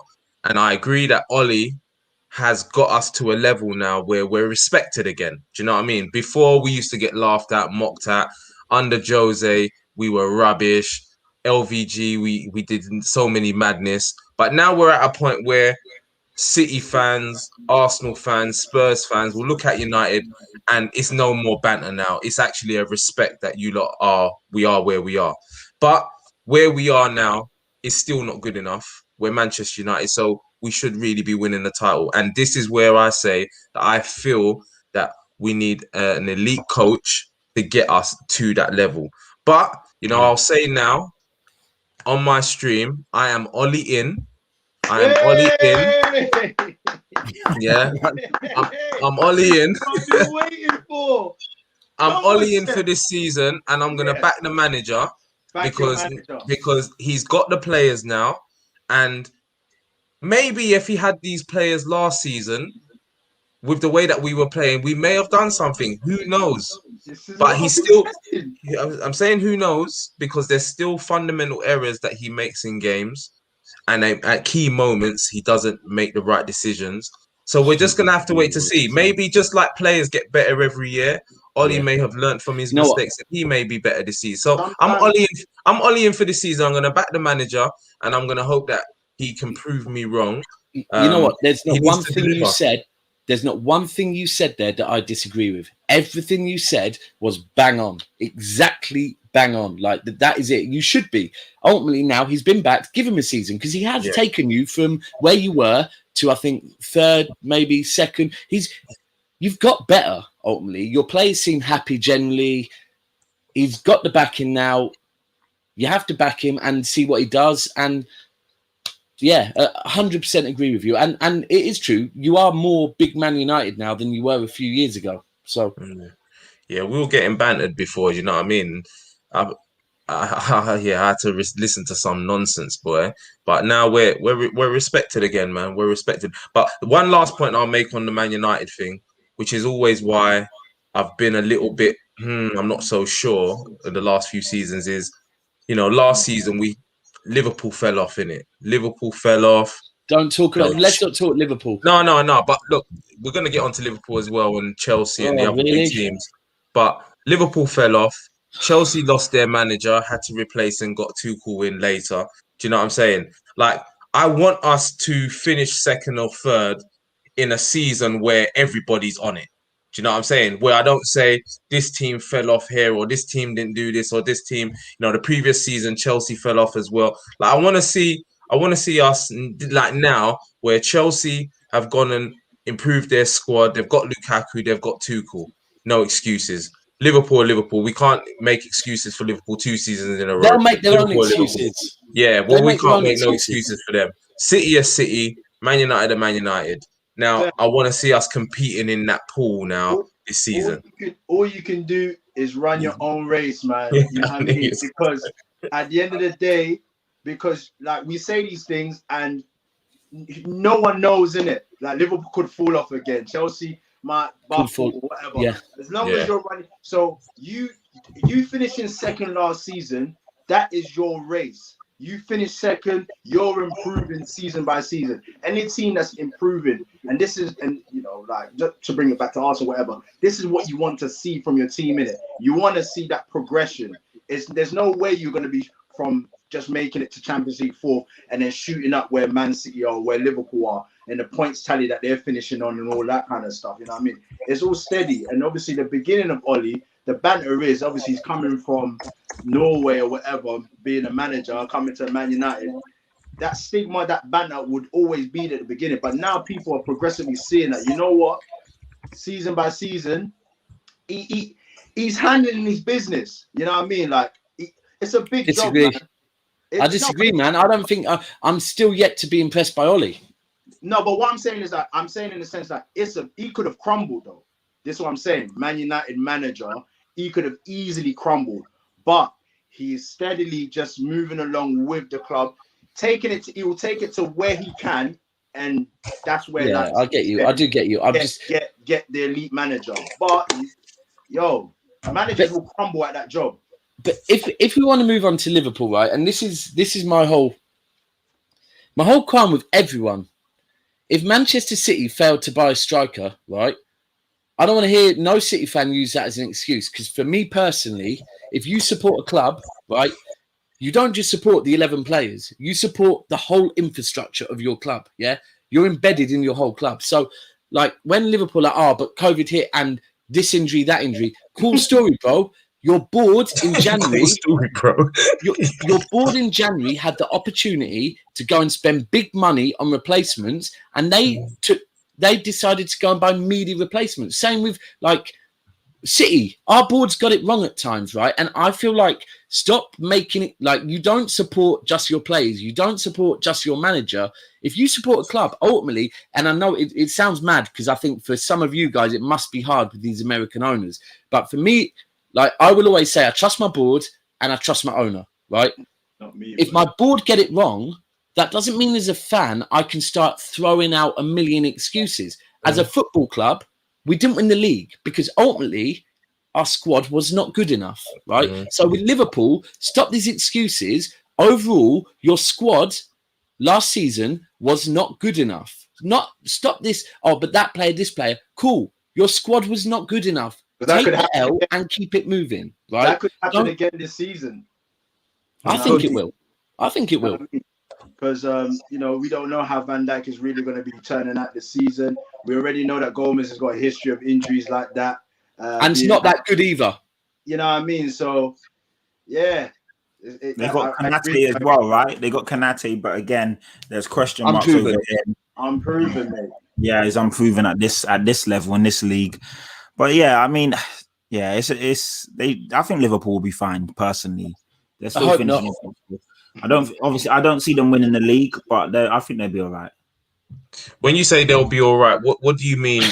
As in not falling out of the top four, all right? Yeah, exactly. I think they'll be all right. I think they won't fall out of the top four. I think they won't have that capitulation they had last year where they literally needed, the stroke of God, like Alisson scoring a header for them to get back on track. Fucking hell, man. Kind of, I know, like that was just unheard of. It was just ridiculous. That wouldn't happen to any of our teams. Yeah. But you know what, Pat? Though, but you say they're going to be all right, but is all right good enough for Liverpool now? Because Liverpool they're league champions and Champions League champions just in recent times. They just being all right shouldn't be good enough for them now. Come on, we're all of a similar age, okay? Yeah. So let's not get carried away in the last couple of seasons. Generally, in the league in our lifetime, Liverpool have not been all that, right? Yeah. Like realistically, they've challenged a couple of times. That's it. So when people talk about is Liverpool historically amazing, but in our lifetime, Liverpool haven't been that Liverpool team. Like Man United are that team, okay? Liverpool are not that team in our lifetime. They're not. But the thing is, Daps, Man United have been that team in our era, but we're at the moment we ain't won it for 10 years. So if we now go another 10 years. If we go another 10 years of not winning it, we're still Manchester United, though, innit? With the history or whatever. So then when we do get back to winning it again, and they didn't just win it, did they? They pushed you lot really close one year. Then they went and won the Champions League. No. Pushed us twice then. No. But they won the Champions League and then they won the league. Like the way they've come in and done it was like, we are here to stay now we're here to dominate. Is basically the way they were till going on. Do you know what I mean? Till Klopp goes. But this is the point I'm making. Yeah, there's no way that Liverpool fans would be accepting that media in the Premier League. Exactly. They're expecting. So this season right now, they're expecting to push for the league once again. Yes. And if they don't, it will be disappointing for them. And rival fans need to be looking at that as well. I can't see that Liverpool will be easily accepting the fact that they want to finish third or second or whatever. They're going to go for the league. They're former champions by a season or so. So yeah, man, they definitely need to push for the league. Well, Said, you're in the comments. You're a Liverpool fan. You've just put here top 4, and we will sign a player. So it looks like, I don't know if you're maybe downplaying. So maybe let me know. Is top 4 good enough for you, Said? Other Liverpool fans, if you're there, is top 4 good enough for you now? You know, you've said this as well, Said. How dare you talk about Liverpool like that? This is to you, Daps. When we have won the Champions League with City, with all their billions, haven't done it. We destroyed the league when we done it's we destroyed the league when we done it. Let's see what happens. Destroy the league. Behaved. They broke no records. Champions League amazing. In league-wise, you broke no records. You didn't destroy nothing. You couldn't even destroy a Happy Meal, bruv. Calm down. Honestly, look, I'm not a good person to talk about Liverpool. I hate them, so I don't hate Man United. If we have to bow down, Man United win the league, Chelsea win the league. Just don't let them win the league. Liverpool and their cult. Anybody but them. Stay in your lanes and talk to each other, not us. We don't want to know. I do have to agree though with what you've been saying, and it's something I've said to Liverpool fans. It is about the squad. The squad weren't good enough, but it does look like maybe Liverpool fans don't believe in their squad anymore. If we're just seeing things like top 4 and we will sign a player, maybe that's what we're seeing. You're hard. What do you reckon about Chelsea, Pat? Yeah, Chelsea are the real deal.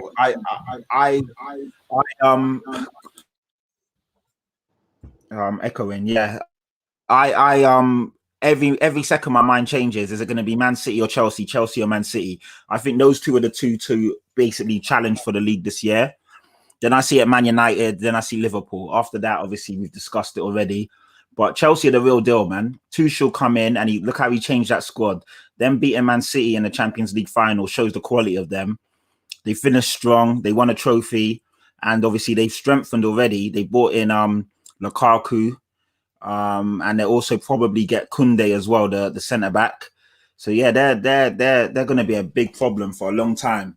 You know, the thing with Chelsea is that Werner wasn't really doing it, and then they've gone out and got Lukaku. So they're not messing about. Do you know what I mean? They're not waiting to see if Werner's gonna come good and this and that. They just thought, fuck it, and they went out and spent big money on a striker and one of the best strikers out there in that as well. So yeah, they're not messing about. And as we can see already, Tuchel is the real deal. That guy is a top manager. Bad boy. Yeah. I expect nothing less from Chelsea. They've got the means, they've got the capability. Yeah.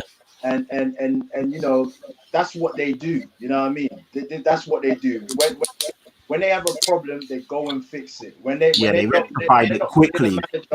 They go and fix it. If they've got a board member that's not doing well, they go and fix it. Go and fix it. Yeah. Oh, sorry, I even forgot to touch on it. Havertz as well. He's a baller, and you know he took a while to acclimatize, but you can see what he's up to already. Then they still got people like Pulisic. They still got obviously Hudson-Odoi. That team is stacked. That team is ridiculous. Best squad in league, hands down. And none of us, we haven't even spoke on, for me, the most important position, like deep line midfielders. Jorginho. Like Gilmour, when England played Scotland, Gilmour looked sensational. They've gone and just loaned him out for a season because that's how strong they are in that position. For me, Chelsea are the real deal. And can I just say, Thomas Tuchel, Man United might have missed a trick with him. I think like I hate Klopp. I think Thomas Tuchel is like the real deal that Klopp wants to be, right? Like Klopp wants to be a nice guy. He's not. He's a passive aggressive, right? Tuchel just seems like the way he's come in and he's made them very strong defensively. And that's why they won the Champions League. And that's why second half of the season. Rapidly as well. Very rapidly. And then I believe he said to Roman, I can give you a legacy at this club. I've just seen this comment. Lawrence, I love you. You're a great guy, but you have to be on banter for this because this is wild. What do you Villa, say? you know, For London, they'd be irrelevant. Villa squad better than. Come on, Aston Villa are the same team that just got smoked yesterday, and yeah, they've made some additions. Of course, that's cool, but they lost Jack Grealish and. Yeah, no, come on, man. No, yeah, I know Chelsea are doing bits. We've just bigged you up as well. This is the thing. We've just actually bigged up Chelsea, and it comes out with this. It's mad. On Chelsea, for me, this is no surprise because Chelsea. This is what Chelsea does. If they have an indifferent season, they go and rectify it. Like you're not going to be hearing Chelsea fans screaming and shouting like, "Oh, we need to do." Like, our board needs to do this. Like they already know next season they have it in plan. And what they do as well, they build like teams. Even if one manager comes in, when the next manager comes in, he's got a team to work with. None of this like, oh, well, we need this player, that player. Yeah, you might add an addition here or there, but the team's already set. Like any manager going in there, you should be able to work with that. And if you can't, the next person comes in and they can. But I think Tuchel's got the minerals to stay there for a minute and do a lot. I'll be 100, and I want to get Sem's views on this. Sems, who do you fear more? If we're putting Man United in the title race, who do you fear more, Chelsea or City? You know what? So for me, I was again a little bit like Pat. Is it Chelsea? Is it City that's going to win the title? For me, it was those two. Man City won the title last season. Who won it the season before? I'm trying to get my bearings. Liverpool was the season before it. So it's Liverpool, then Man City. So how long ago Chelsea won it the season before? No, City won it. City won it 2 years on the bounce. Then Liverpool won it, and then City won it. No, Chelsea won it in 2016, 2017. Yeah. Conte. It was about 2016 now. It's been a while. Yeah. It went Chelsea. I think it went Chelsea, City, okay. Liverpool, City. The reason I was wondering that is because doing back-to-back isn't easy, is it? It's not easy. So I'm just wondering now, is it Chelsea's time to come in and get it? Who do I worry about more? Our style seems to work against Chelsea. No, but I don't mean when you play them, because I get that United can get the better of City all day long.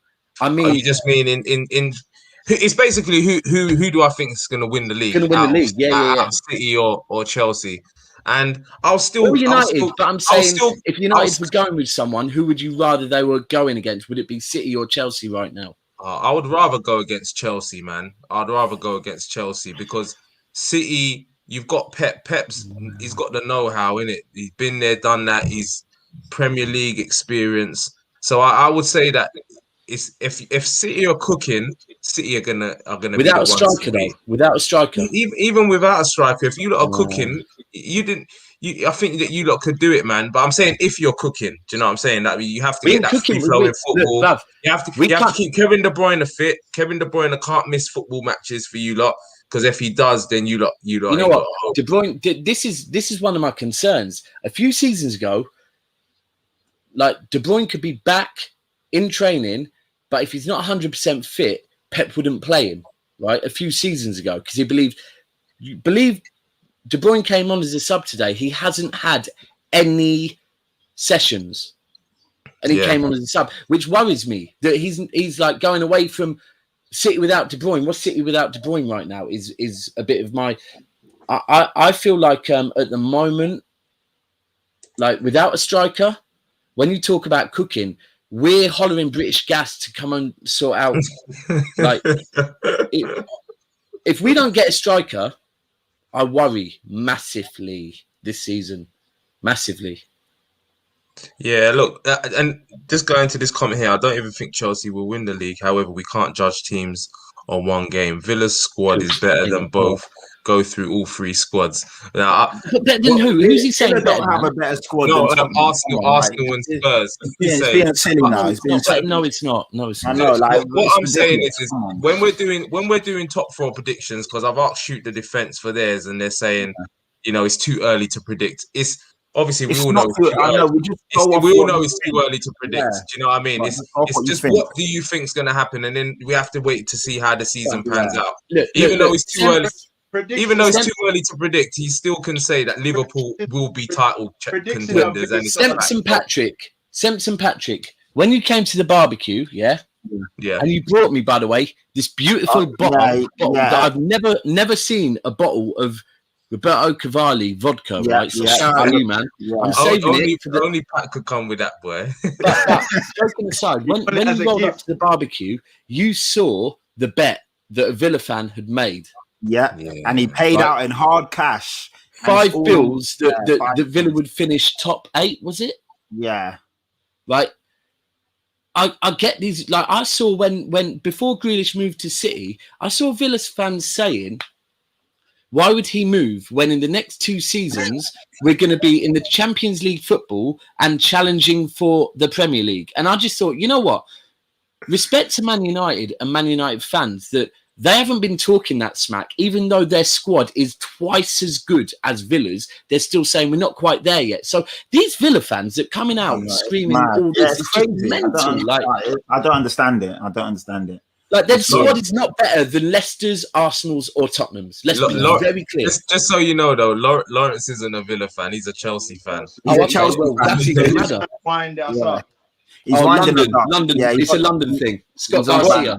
Boys, we've had a few top 4 predictions in now, and many are saying Chelsea, City, Man United, Liverpool. Saka's yours is really good. Obviously, like I was saying, I still don't know. I keep changing in my mind between Chelsea and Man City. I definitely think those two are the first. And then as you can see, I think spot on Man United, Liverpool, definitely. Yeah, I think I agree with that. Yeah. We've seen it. Look, this is exactly what Big Rich said as well in the same order.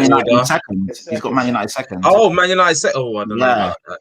Yeah, I'm not sure on that one either. So what were you saying, Dash? Give us your top 4. Yeah, Chelsea winning the league easily. Chelsea winning the league easily for me. Their squad's too good. Their manager's great. I feel like they've got 2 players in every position. When I spoke earlier about I don't believe that our squads, our B team's as good as our A team. I think Chelsea, you go through their squads, you struggle to find anyone that's not good 2 in every position. To be frank with you.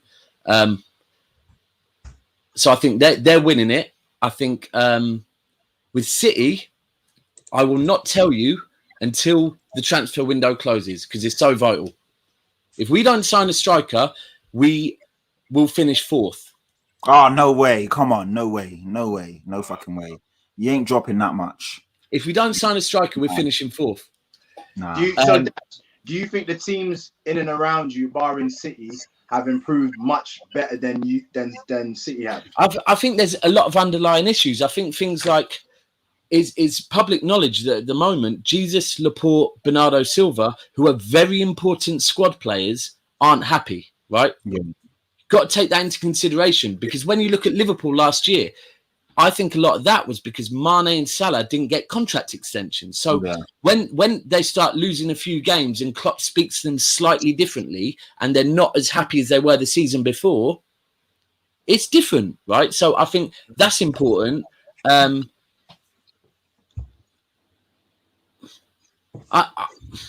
Without striker, I can't see us challenging Lukaku. I think Lukaku. So for me, Chelsea up there. I think if we buy a striker, it will be between us and United for second. If we buy a striker, we might also push Chelsea, maybe. Liverpool is so dependent on Van Dijk. It's so dependent on Van Dijk. And Van Dijk could come back and be the same guy. But we had an amazing defender called Vincent Kompany, and then he got one injury, and then after that, he'd play 10 games a season max. And so we don't know. Liverpool could win the league. Hope they don't. But at the same time, they could finish 5th. So I don't really know with them. I can't see Arsenal, Leicester or Tottenham breaking the top 4, though. I can't see it. No. Give us your top 4, though, Daps. So my top 4 is Chelsea. Let's go Chelsea. Right now, based on no more signings, it would go Chelsea, United, Liverpool, City. Live City. Okay. Dash, what are you saying for how you think things are going to go this season and your top 4?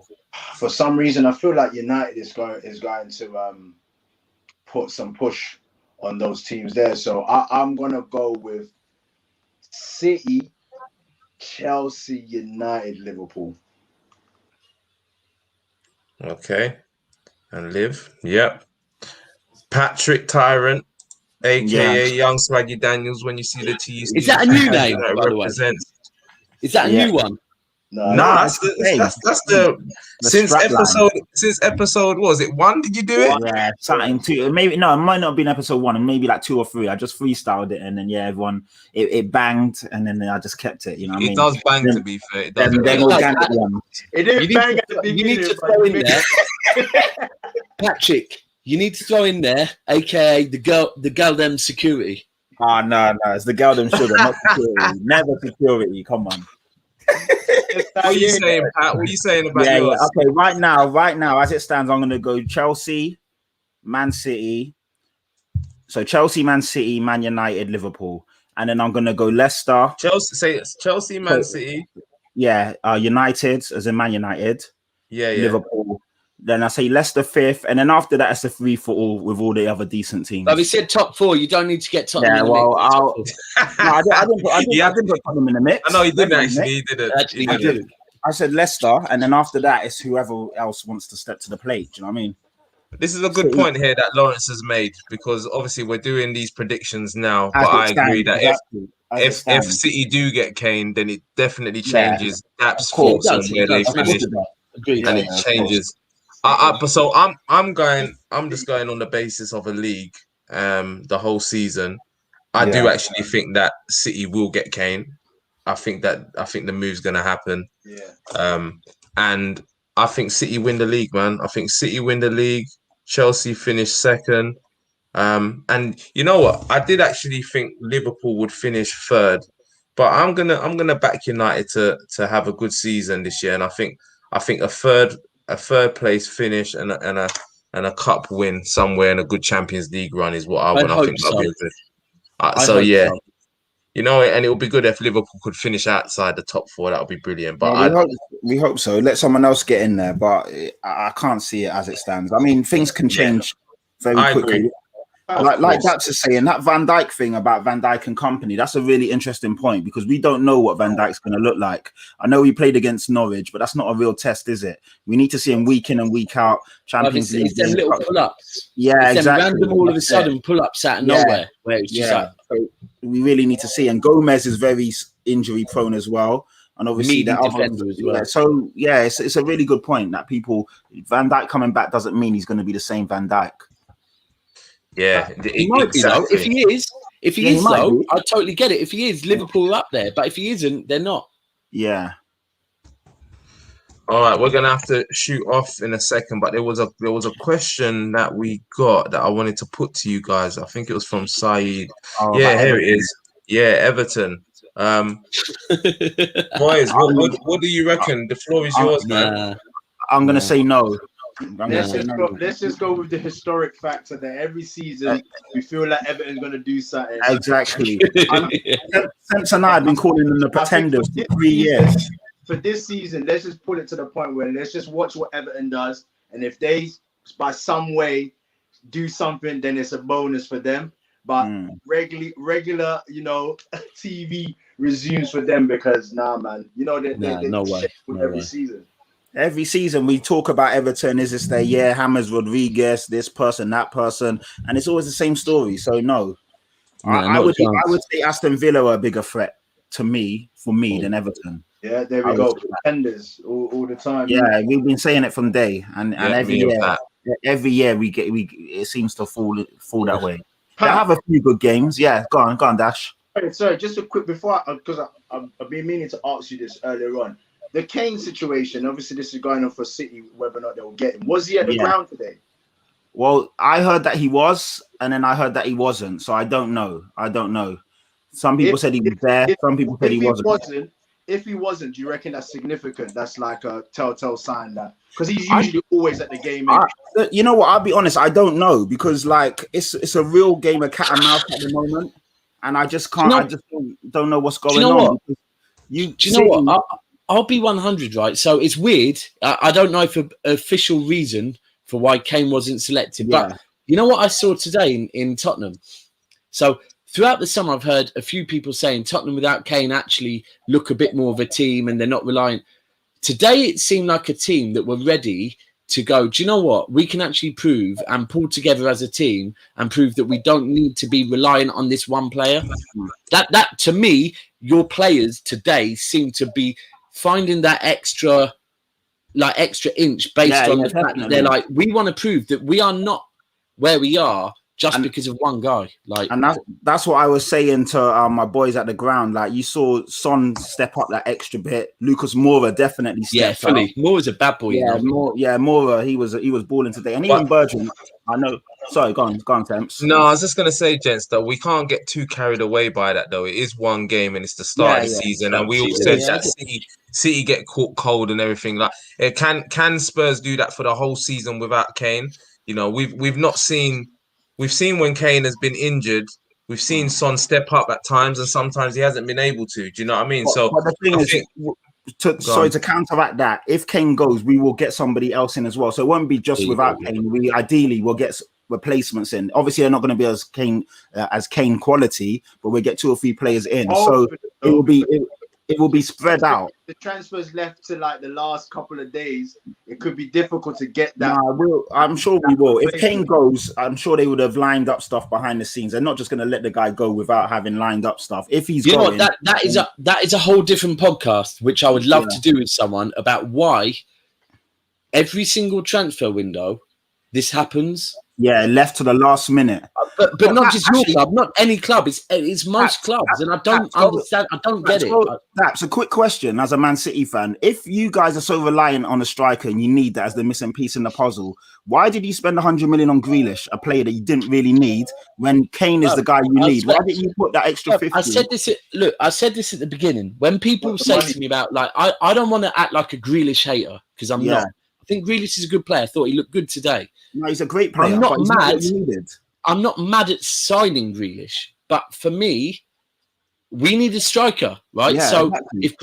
if we get a striker and we've got Grealish, perfect. If we don't, it's a bad transfer window. And for me, I'm starting to question my board and thinking, hold on, have you seen Grealish as more of a commercial value because the chicks love him and whatever? And then it makes me think that isn't what we've been doing as a club. Are we now changing? Because Caps, don't you That's find what Gary Neville said. sometimes for us fans, we feel like, oh, negotiations and deals are made easily. But maybe it was a case where the Grealish deal, obviously it was a buyout clause, isn't it? So it's easy just it's easier. It is. I do get that. It's easier. And It the is. fact But that you already put a bid in before the Grealish deal on 100 on Kane and it didn't work out. Then obviously when you realise that the Grealish deal was easy to work, so it's like realistically, I don't know. Look. The thing for me, I get what you're saying, but it doesn't like make sense. we've just spent 100 million on Grealish, right? Yeah. We offered 100 million on Kane, right? If we think we can get both of them, you prioritise one of them. Kane's a priority. If need be, drop the Grealish one and throw an extra 30 mil at Kane. But here, I'll take it a little bit deeper. Because Kane is 28. And I get the reason why Kane is what he is and Haaland is what he is, right? As a buying club, I don't care what the selling clubs see. If I can get Kane for 140, and yes, if we wait a year, we're going to get Haaland for 70. Right, but if you're the buying club, either way, Kane for 120 or Haaland for 130 and get an extra 6 years. Right? Same money. I get the reason behind it, but same money is being spent. For me personally, I put an extra 20 mil on, I go and get Haaland and have a longer... We had Aguero for 10 years. I don't want Kane for 2 years, Pep to leave the club in 2 years' time, and us be left with a crippled Kane up top, and us turn into Man United. But you guys don't have a history of bad negotiations and transfers. So that's what I'm saying. In this situation here is like you probably put all your eggs in one basket, knowing that you're going to get Kane. But at the same hard ball though. At the same time, you notice of the Grealish deal is right there. You've got the money, so it's like slap that 100. I get you, and it might be part of the reason to help get Kane here. But right now, I'm kind of thinking you've got our board that used to get mugged off, have worked very hard to not get mugged off, so are now playing we've played stubborn the last few transfer windows. Yeah, because we saw that on All or Nothing with Virgil van Dijk. Going back to that, you saw them say Virgil van Dijk is X amount. Pep was like, nah, that's too much. Let's walk away. And that was Van Dijk at Southampton. So, but now we're going against... So we're being stubborn, and we're going against stubborn Levy. And it could end up on transfer deadline day that everything just goes 10:30, everyone going, nah, everyone's gone home from both clubs, nothing's happening. And us being left with Ferran Torres playing up top. But listen to this. Levy could be thinking, you know what? If I sell Kane, maybe doing it at the end of the transfer window, I get less of the brunt, less of the, the fanfare from the fans. You know what I mean? Because once the window shuts, that's it. You can't do nothing. So yeah, true. Yeah, I'm saying. So sometimes this is the reason why players go late in the transfer window, because it's done and dusted by then. So you ain't got like a couple of weeks for the fans to be on your case to be like, oh, you need to get this player, you need to get. So it's all about negotiations, man. And also sometimes it's like trying to get the right price, because then certain teams feel like, oh, I might have to just sell up now. And then you start accepting, you get lowballed and then you accept it. So this transfer window business is not cut and dry in how we just think, oh, team just go out there and you do what you need to do and then that's it. But just like with anything, it's all about timing. It's all about timing. Yeah, I hear you. Go on, Sam. Just a quick question, Pat. If we get to the end of the deadline day and Kane doesn't go, because obviously he weren't there today, so there's obviously, we know stuff is going on. Yeah.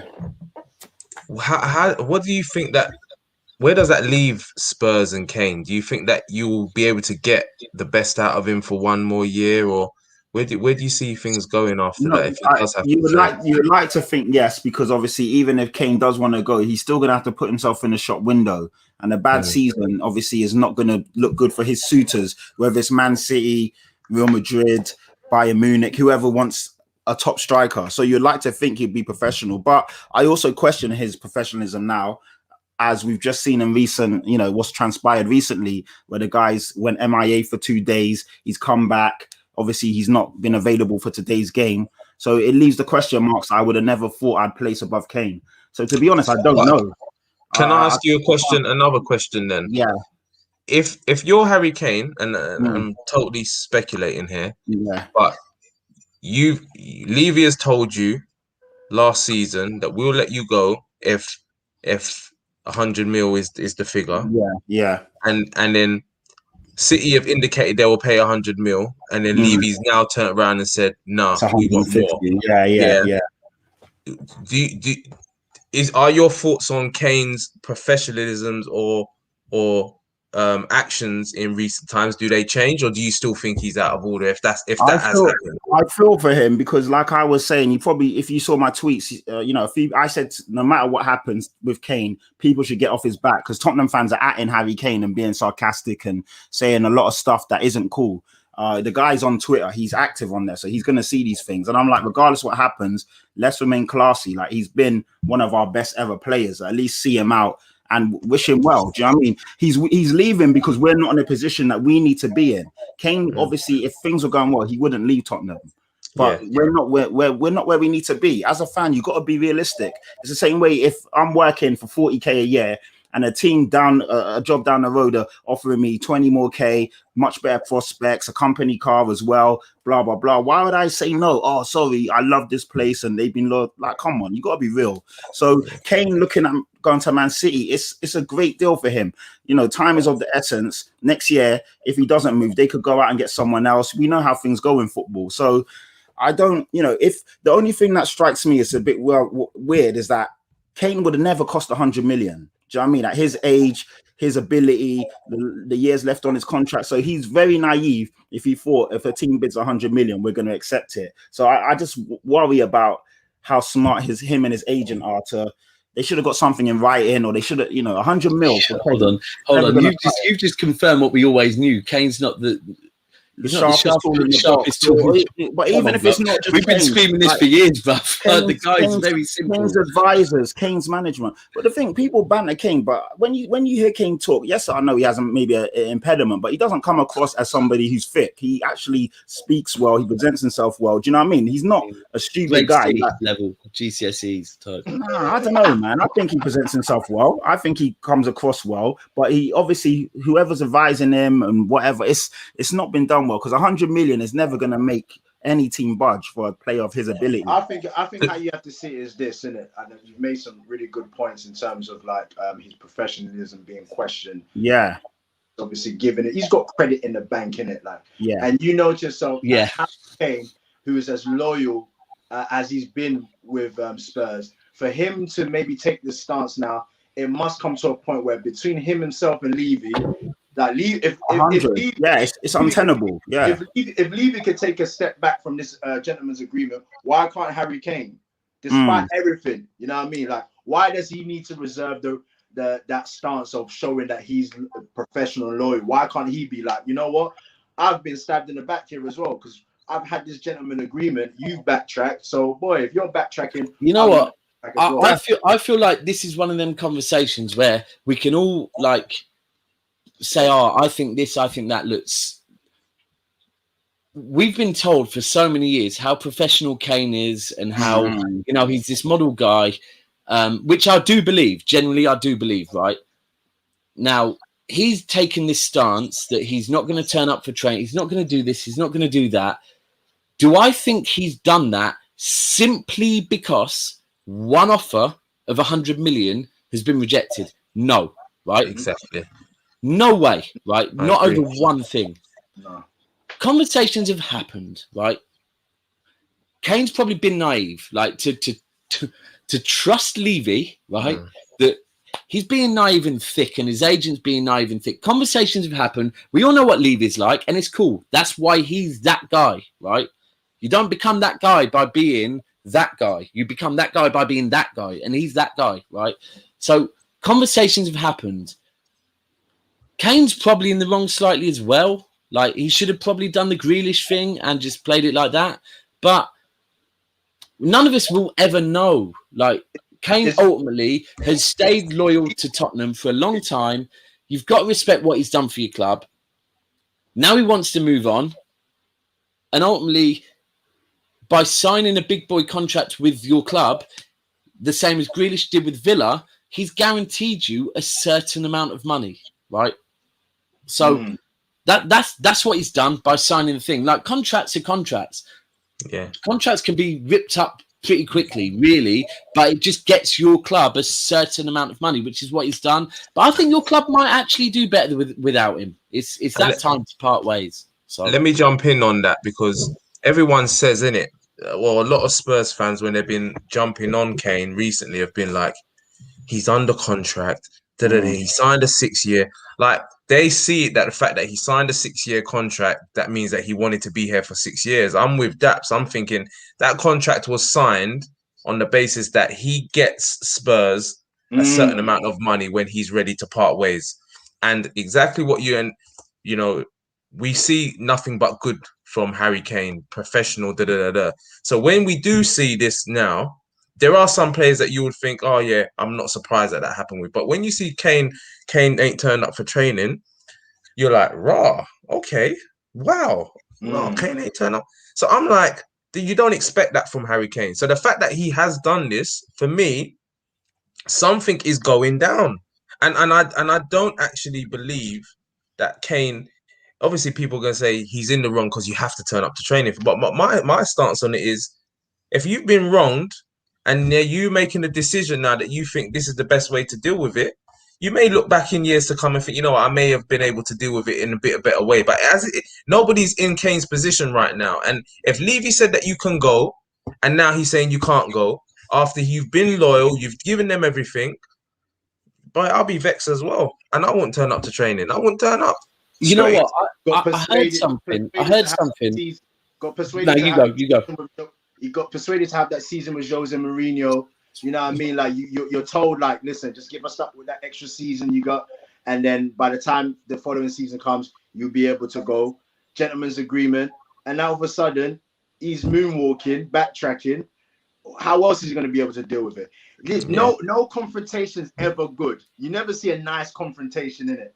Every confrontation is always chalk and cheese. You know what I mean? So Kane's obviously trying to deal with it in his own way, the same way Levy's dealing with his stance of, like, look, you got 3 years here, so you ain't going nowhere until I get the money that I want. Yeah, it's a standoff. It's a Mexican standoff. Yeah, it is, and that's what I worry about. That your top boy is really good at them, and our club's learning to do them, and that's where I think it could end up like. But I heard that this gentleman handshake is a bit more like, it happens more often than we think, because like Zaha. If someone puts in their contract a release clause of, say, 100 million, right, but you're signing a 6-year deal, right? So at the point where you say 100 million and I go, that seems like the club could be like, fucking hell, yeah, 100 million's crazy money. But I've heard that because of how inflation is and whatever, that clubs are like, you know what? We don't want to do this with you, because we could make you sign a release clause, 100 million, but in 4 years' time, 100 million could be peanuts, because no one knew COVID was going to happen, okay? So the price of players was going like this. Pepe, 72 million, right? So the price of players is going like that. So apparently owners are like not really too keen on the release clause thing, because it's like 100 million could be a lot now, but in 2 seasons' time, people... So they're like, you know what, we won't do that. What we'll do is we'll have an agreement that the problem is, it's Daniel Levy. Don't ever do that with Daniel Levy. But Kane has been there for so long. He must have thought I've got a relationship with Levy. Yeah. So if we have this agreement, he will keep his end of the bargain. That's just, and obviously none of us know. But I'm just thinking, what would make? I'm trying to put myself in Kane's shoes, and I ask the questions. Why would Kane do this? And I'm trying to put, what would make me do this? Do you know what I'm saying? That's what I'm trying to put myself. And I'm thinking it has to be the extreme that he literally has just been chiefed up.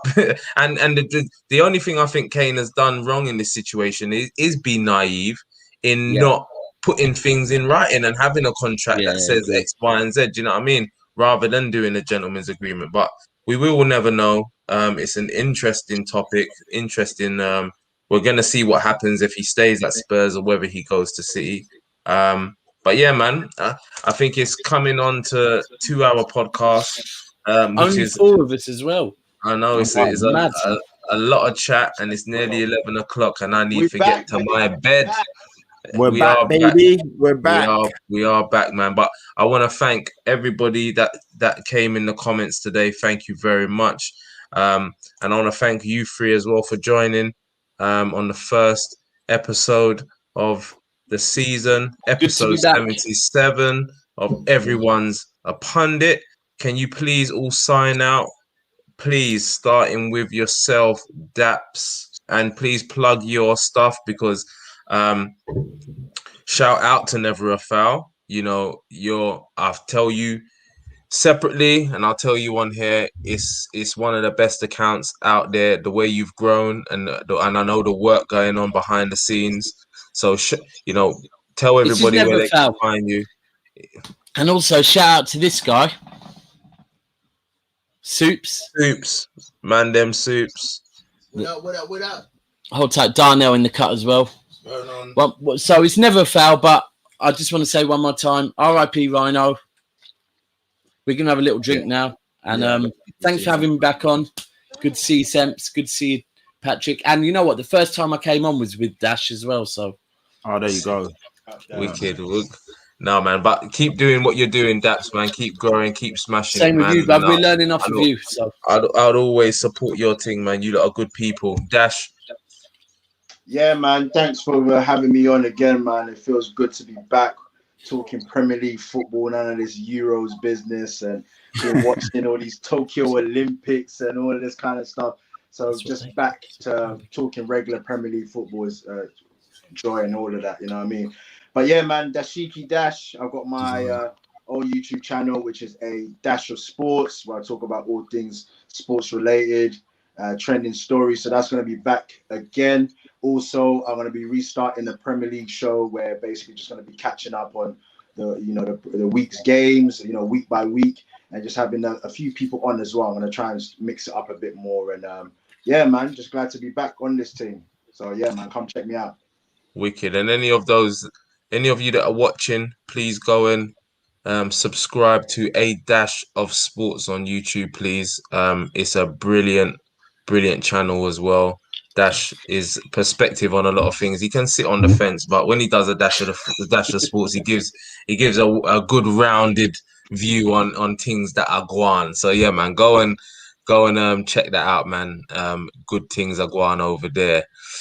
Patrick Tyrant, what you want to say, my G? Obviously, you guys know me well, so that's all good. But I'd just like to shout out the Coys.com podcast. So that's a really big Spurs channel. And I worked with them last year. They had me on a few times. They really like me. So I'm on there every other week now, which is really cool. So I'll be on there tomorrow from 8:30, chopping up and talking all things Tottenham. So Spurs fans, or even if you're just chilling, check out Coys.com. They podcast, it's a podcast, so not visual, actual radio, audio type of thing. They do it every Monday at 8:30, and I'm on there every second Monday. So tomorrow and then the week after next and blah, blah, blah. So yeah, just wanted to shout them out. Other than that, it's always Views TV Official and all the guys that we work with. Wicked. And you guys, if you're not already, go and follow Patrick Tyrant on Twitter. Patrick, you big up yourself because you're becoming a growing football personality. It's going all right. It's going well, and testament to that. You're on Coys.com now. Your Twitter's growing, so big up yourself, man. You're doing. Thank you. It's actually quite nice and surreal because obviously going out to the game, first home game, and quite a few different people stopped me that I didn't know, and they're like, "Oh, you're Patrick Tyrant," or "I just saw your tweet," and I was like, "Oh, okay." And then, so it's quite it's nice. It's nice. Man, them celeb things now, yeah. I go on and that. Nah, I'm not saying that, but it is nice. It is nice. All jokes aside, it's nice and to deserved. See. Yeah, thank you. It's nice to see stuff like that. Do you know what I mean? So when you're connecting with your fellow fans, and they're like, "Oh yeah, I follow you already," and the guy DM me or whatever, I follow them back, and it's cool, man. It's nice. Plus with a new season ticket and that. There you go. Come on. So it was nice. And I bumped into, shout out to Tapping Tobes and also Mel Ceballos, bumped into both of them at the ground. That was really cool. So man, it's good. It's cool. It's nice. Wicked. Anyway, more things are going. we'll see how this season goes. But I can see you lot all growing more and more this season, man. So big up everybody that watched. This is everyone's A Pundit. And these were my pundits. Until next week, people. We are out, man. Peace. Peace.